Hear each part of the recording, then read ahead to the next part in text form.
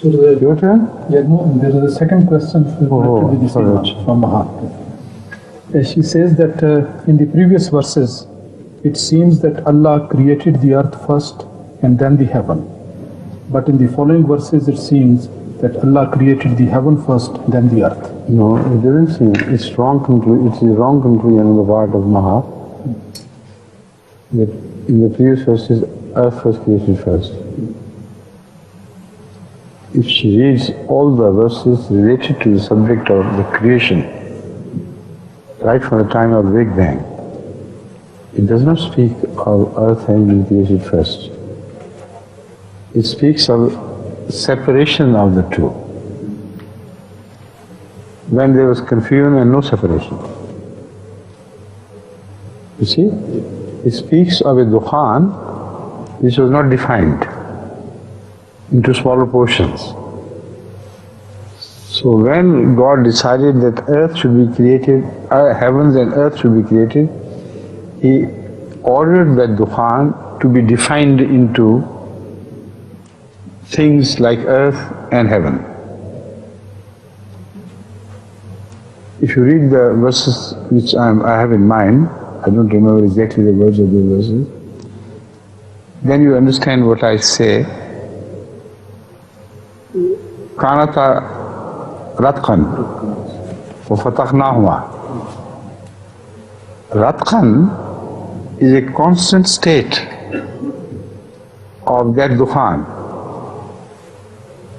And fatahnahuma refers to the creation which was intended. The huma did not exist at the time of fatahnahuma. Sometimes in all languages the reference is made to things which are to be made as yet. But before the creation you can say huma. So this is a clear example of a similar situation. The two things, heaven and earth, which did not exist, how could they be huma? But they were to come to existence. That is why they are referred to as huma. Kanada samawati wal arda ratqan. The potential heavens and the potential earth,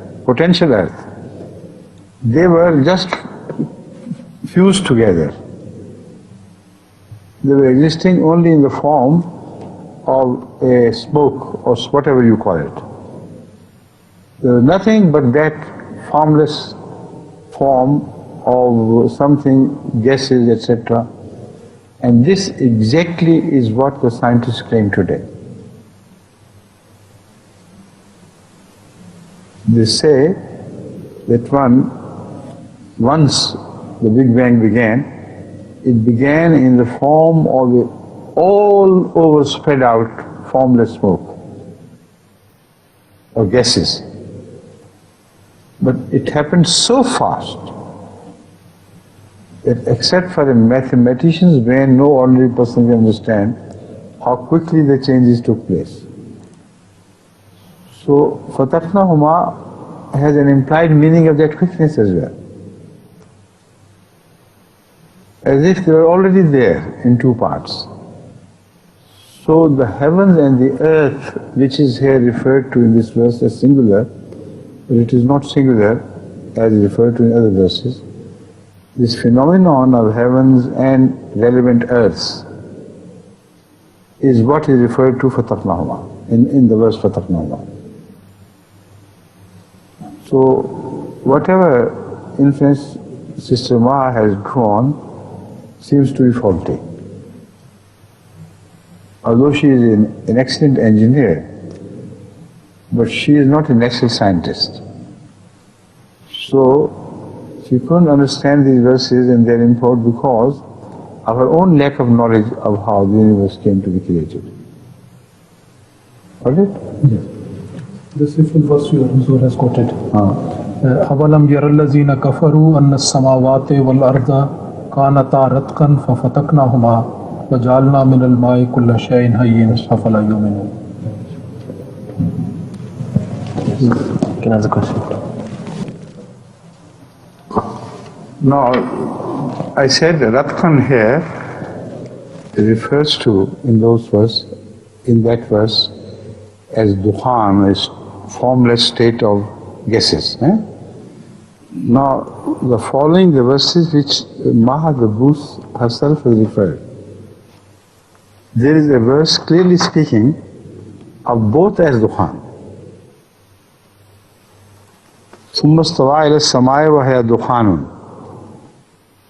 Now this, the word Dukhan, as it applies to the Earth's atmosphere, also the same Dukhan applies to all the creative processes. In the beginning, the state of Ratkan was a state of Dukhan.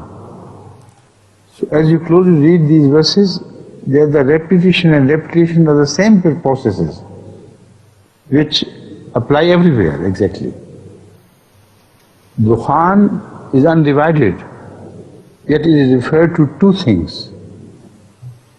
ثُمَّ اسْتَوَىٰ إِلَى السَّمَاءِ وَهِيَ دُخَانٌ فَقَالَ لَهَا وَلِلْأَرْضِ ائْتِيَا طَوْعًا وَكَرْهًا. In Dukhan, here you can understand clearly that the atmosphere of the earth was Dukhan, but earth was already formed, right? But it is the same state of Dukhan, of gaseousness, which precedes the entire creative processes. That is what I am emphasizing.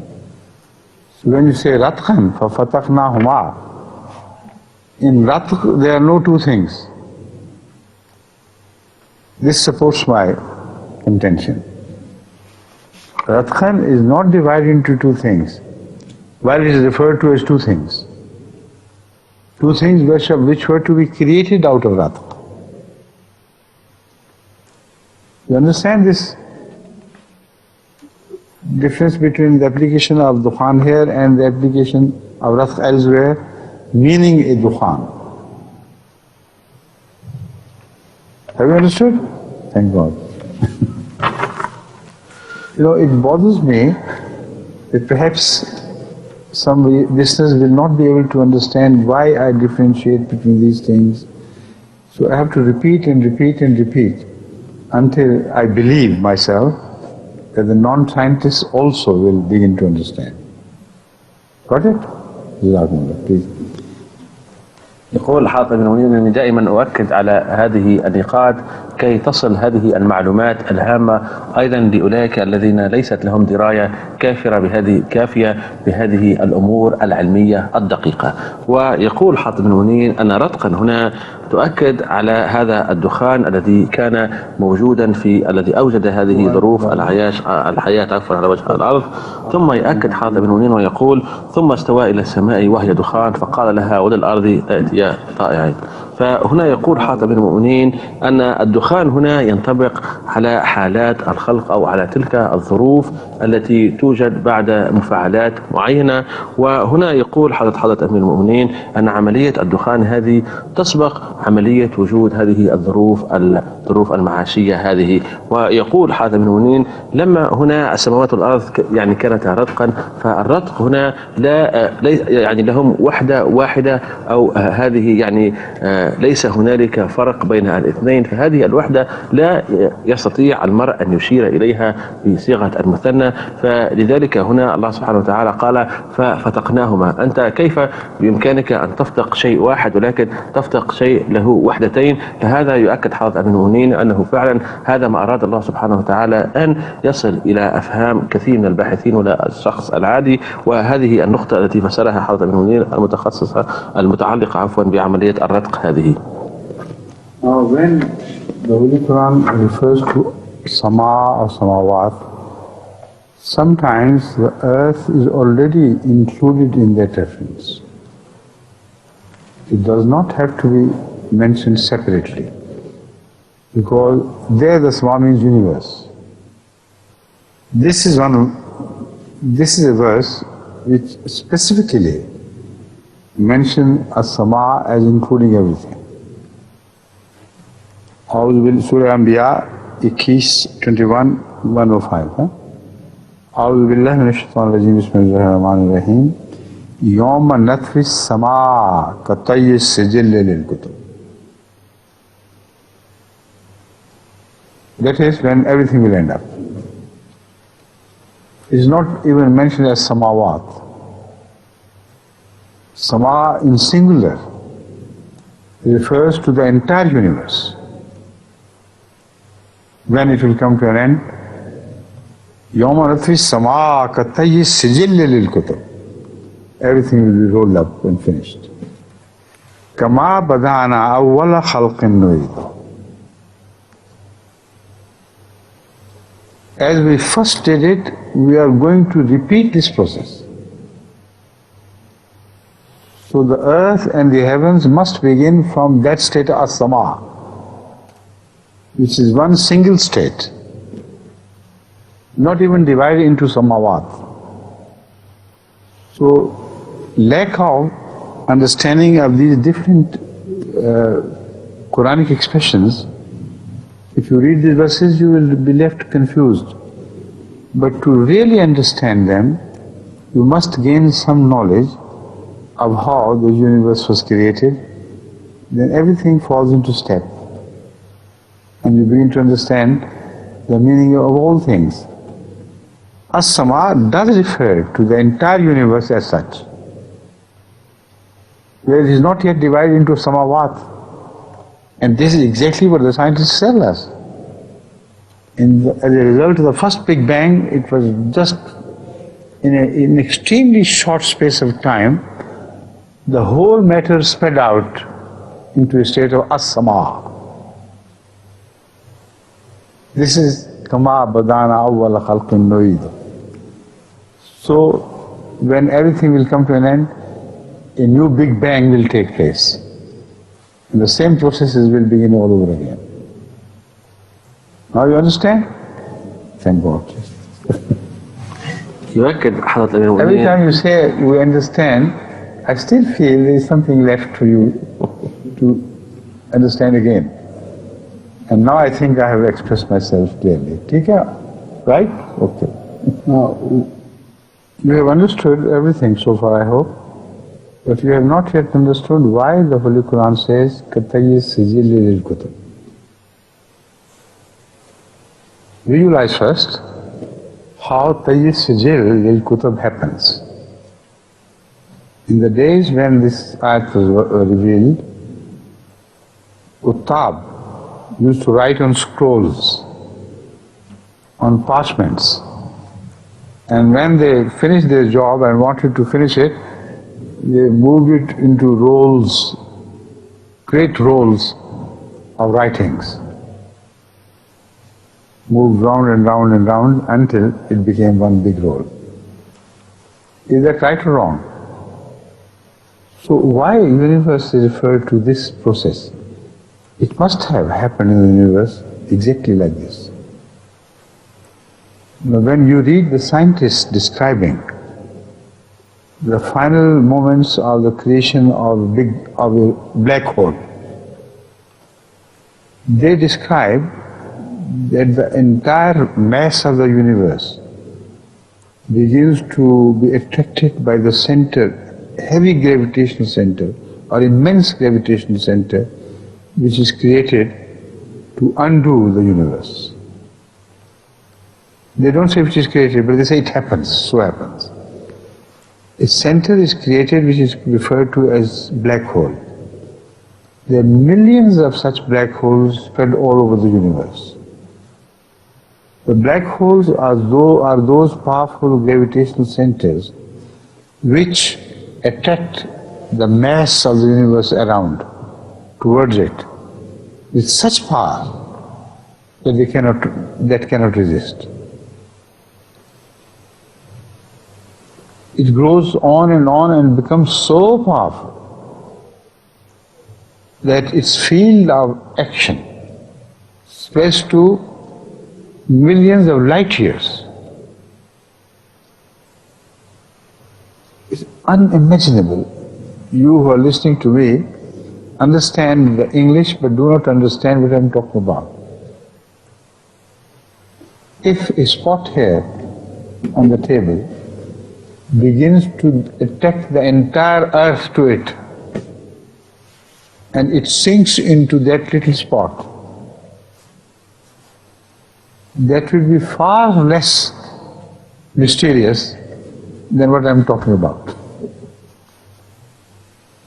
The whole earth, including Kababir, including Turkey, including Ethiopia, including Pakistan, the country where we are sitting, all Americas, all the oceans, if they could be squeezed into one single spot appearing here on this table, this should be far less amazing than what the Quran is describing and what the scientists fully support.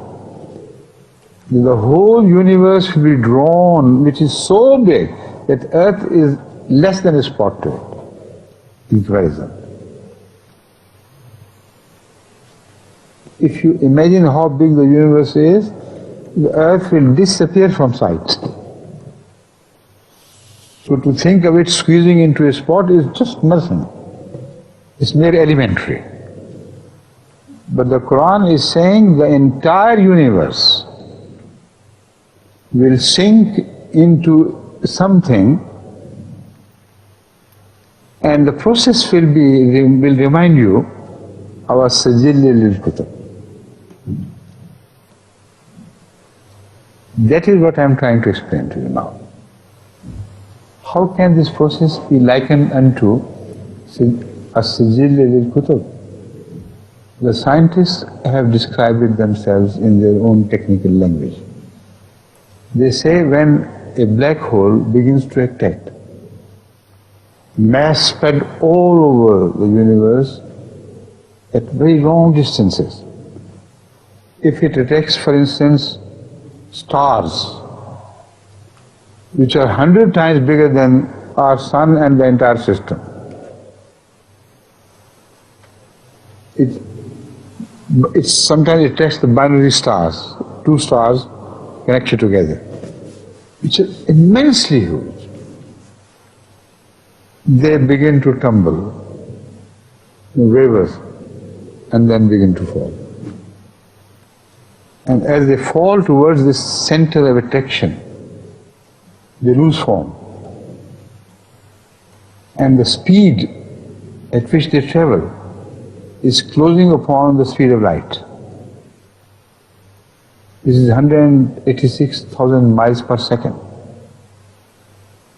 And then at that speed, they go on and on for millions of years, or hundreds of thousands at least of years, falling. And we have no idea what's happening all around us. When they approach this spot, the spot itself is revolving around itself, like a spindle. And when it falls upon that spindle, it already turns into sheets, or sheet-like shape. Because of the pressures, immense pressures around, and the speed at which it is traveling, it flattens. All the mass carried by these immense stars is flattened into sheets before it falls upon that moving or revolving spindle. And the sheets also begin to revolve around it. And then they disappear.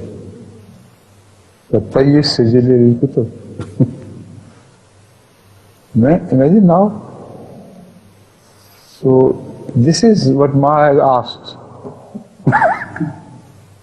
It's a fantastic thing which I have not been able to cover at length, but if you increase your own knowledge by reading the scientific literature, you will find that whatever I said is exactly what the scientists believe today.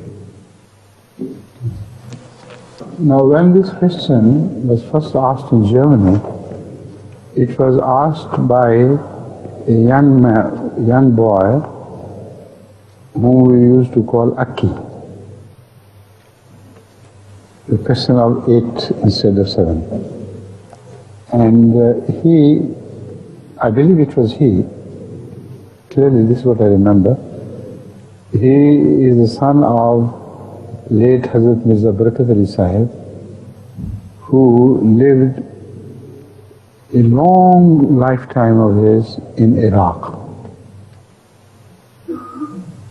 Now, I happen to mention him also by way of requesting you to pray for his soul. A very pious, dedicated person. He was an engineer. His children were brought up in Iraq speaking Arabic al-Arabiya Darija, not Arabic al-Fusha. But they made do and they did well in Arabic altogether. This boy is quite an intelligent person and he keeps thinking of the Quranic verses. So in Germany he got up and asked me this question. Now I must admit and confess that I was certainly surprised, and at that moment I did not know how to handle the question properly. So out of respect he sat down in the end, but I knew that he was not fully satisfied. Nor was I satisfied with the answer I gave, which was an attempt to defend the Quran. That's all I did. Now I want this whole interview to be listened to or viewed by the same young man, Aki, in Germany. Somebody should tell him that after I returned home, I pondered over this question and opened up the Quran, and then I began to understand what the real meaning was.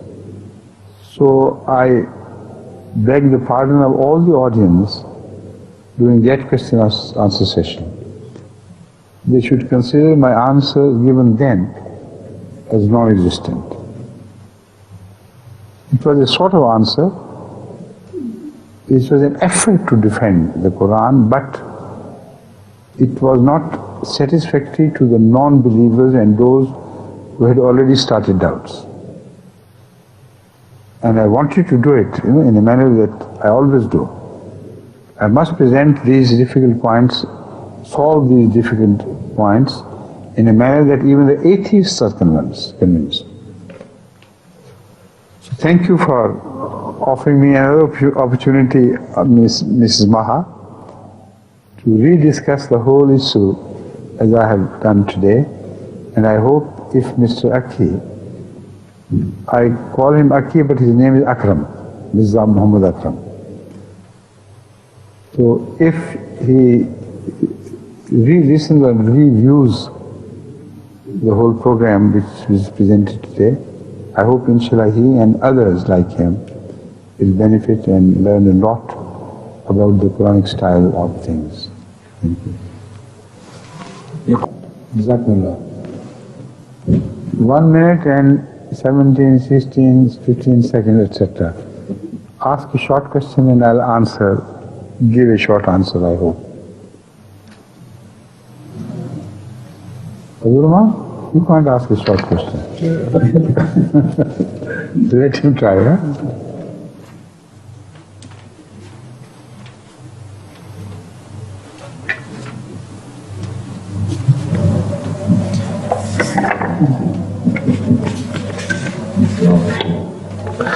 No time left. Any question short and or long, eh? So I think let's call it a day, and inshallah we'll meet next week. Eh? And for the time being, assalamu alaikum to all the viewers and listeners. قد انتهى الوقت المحدد لهذا البرنامج. شكرا على حسن المتابعة، والسلام عليكم ورحمة الله وبركاته. السلام عليكم.